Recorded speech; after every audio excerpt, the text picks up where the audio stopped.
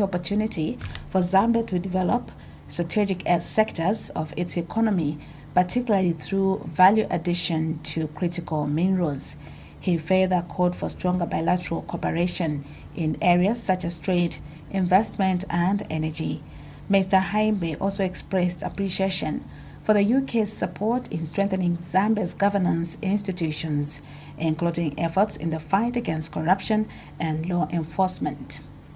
In response, Cooper reaffirmed Britain's willingness to explore new areas of cooperation and emphasized the importance of financing in developing Zambia's economic sectors. During the Commonwealth meeting, Haimbe underscored the advantages of shared legal traditions, language, and networks within the Commonwealth in promoting trade, good governance, and respect for the rule of law.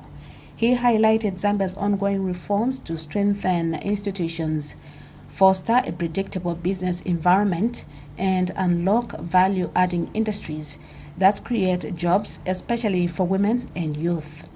The minister reaffirmed Zambia's support for Commonwealth reform efforts, stressing the need for the organization to be more effective, inclusive, and responsive to contemporary challenges. He assured that Zambia remains committed to democratic governance, respect for human rights, and regional integration, noting that frameworks such as the African Continental Free Trade Area can transform growth into shared opportunities across the Commonwealth. This is in a statement issued by Speedwell Mupuchi, First Secretary, Press, Zambia High Commission, London. Minister of Science and Technology Felix Mtati has urged Africa to embrace eco-friendly technologies and digital innovation to unlock the continent's vast natural resources and drive sustainable development. At the official opening of the 8th General Conference of the African Network of Man and Biosphere Reserves, AFRIMAB, in Livingstone, Mr. Mtati noted that Africa possesses enormous renewable energy potential that remains largely untapped. He observed that despite this potential, only about 2% of global clean energy investment flows into Africa, a gap that leaders say must urgently be addressed to accelerate the continent's transition to sustainable energy systems. Represented by Tourism Minister Rodney Sikumba, Mr. Mtati emphasized that technology plays a critical role in documenting environmental progress, supporting research, and enabling governments to make informed decisions. He further highlighted that nearly 50% of global electricity generation now comes from renewable sources, while Africa's solar potential alone could supply about 40% of the world's energy needs if fully harnessed. Strengthening technological capacity, he added, will enable African countries to better track environmental changes and manage natural resources more effectively. I think it's very, very important that we start to harness our natural resources. And as you may have heard, most of our African presidents, I think the matching orders that they've given us is to ensuring that these given natural resources obviously benefit our citizens, and what is more important is to value add on these natural resources. I also talk about the digital technologies for research and innovation. The future of resource management lies in data. I think I did touch on that particular aspect. So we need to adopt the digital technologies, the infamous AI, obviously, to be fully obvious to embrace AI at the moment. Very, very important. Big data analytics and the satellite monitoring to generate quicker and more reliable research results across Africa.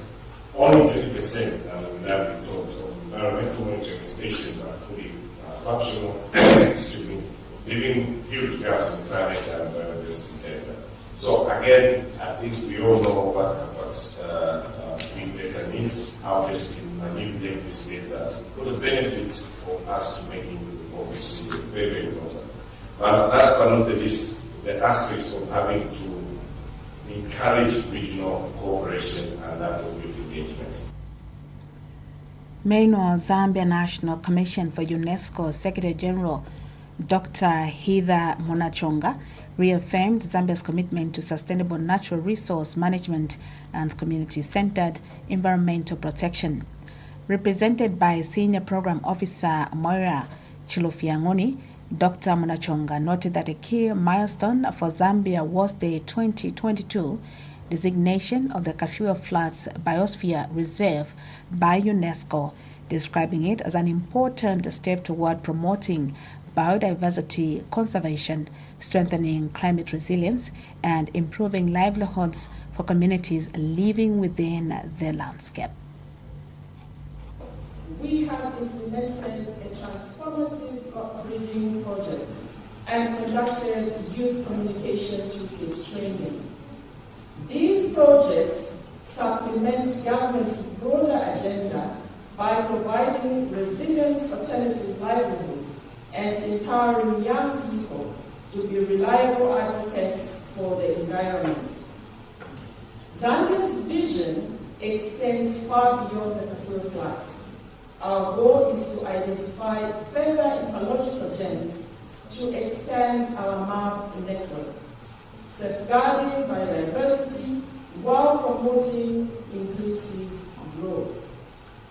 In this way, the Zambia National Commission for UNESCO, aligning with its mandate, provides the necessary advice to the government, ensuring that international cooperation, technical expertise, and community-driven initiatives converge to deliver sustainable results.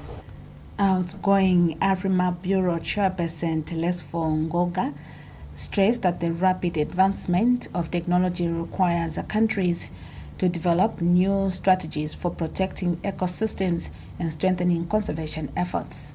He said embracing innovation and knowledge sharing among biosphere reserves will be critical in addressing emerging environmental challenges and ensuring that natural ecosystems continue to support both biodiversity and human development. As we open this 8th General Assembly, we transition to a new and vital theme, harnessing Africa's natural resources through ecosystem-friendly technologies. We find ourselves at a critical junction between the Lima Action Plan and the newly launched AMZU MAP Strategic Action Plan. In this era of rapid technological advancement, our task is to strategize on how innovation, from digital monitoring to wind energy, can protect our biosphere reserves while fostering sustainable growth. Ministry of Information and Media Director and spokesperson Henry Kapata says Zambia Railways Limited has signed a $20 million United States agreement to refurbish 6 high-powered locomotives as part of efforts to strengthen the country's rail transport system.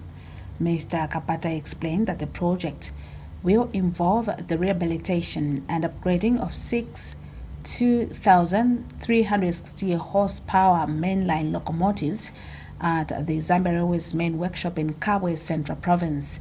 He said the rehabilitation program will be implemented in phases throughout 2026, with the first 2 locomotives expected to return to service between May and June. Mr. Kapata added that once operational, each locomotive is expected to haul about 43,300 tons of freight per month, significantly boosting Zambia Railways' freight capacity. He further noted that the project will also include skills transfer, with 15 Zambia Railways engineers and technicians expected to participate directly in the rehabilitation process to strengthen local technical capacity. Mr. Kapata emphasized that the initiative forms part of government's broader plan to revive rail transport, improve the movement of goods, and support regional trade.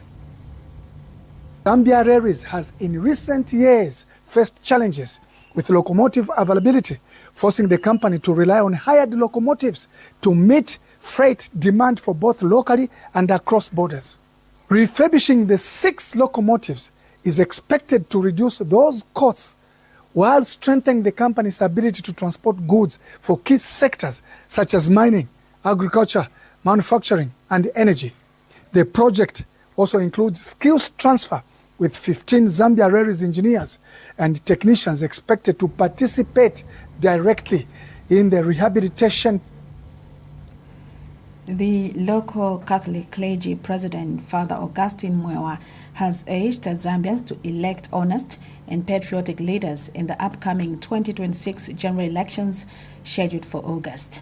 Speaking at Kawama Parish in Mufulira, Father Mwewa lamented the rise of politics characterized by lies, corruption, and tribalism, warning that such practices have eroded Zambia's values of unity.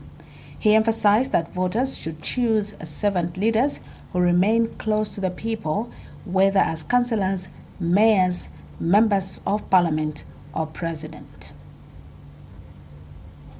Find out how much this person values the one Zambia, one nation. How much they are ready to save you. Look at how you have been betrayed. We have been betrayed by politicians from both the current ruling party and opposition. Those who voted for Bill 7, and we all know Bill 7, we rejected it because Bill 7, it's 99.9% Bill 10. It is being imposed, and where the process was never followed. Meanwhile, another clergy member, Father Christopher Sawila, has called on the Electoral Commission of Zambia, ECZ, to consider creating additional constituencies in Mwinilunga and Kasempa districts, citing their vast geographical size. Speaking during the provincial delimitation sitting in Solwezi, Father Sawila noted that the 2 constituencies are too large for a single member of parliament to effectively represent, as MPs must cover long distances to reach certain areas. He stressed that adding constituencies would improve service delivery by bringing governance closer to the people. The ECZ has so far conducted its 4th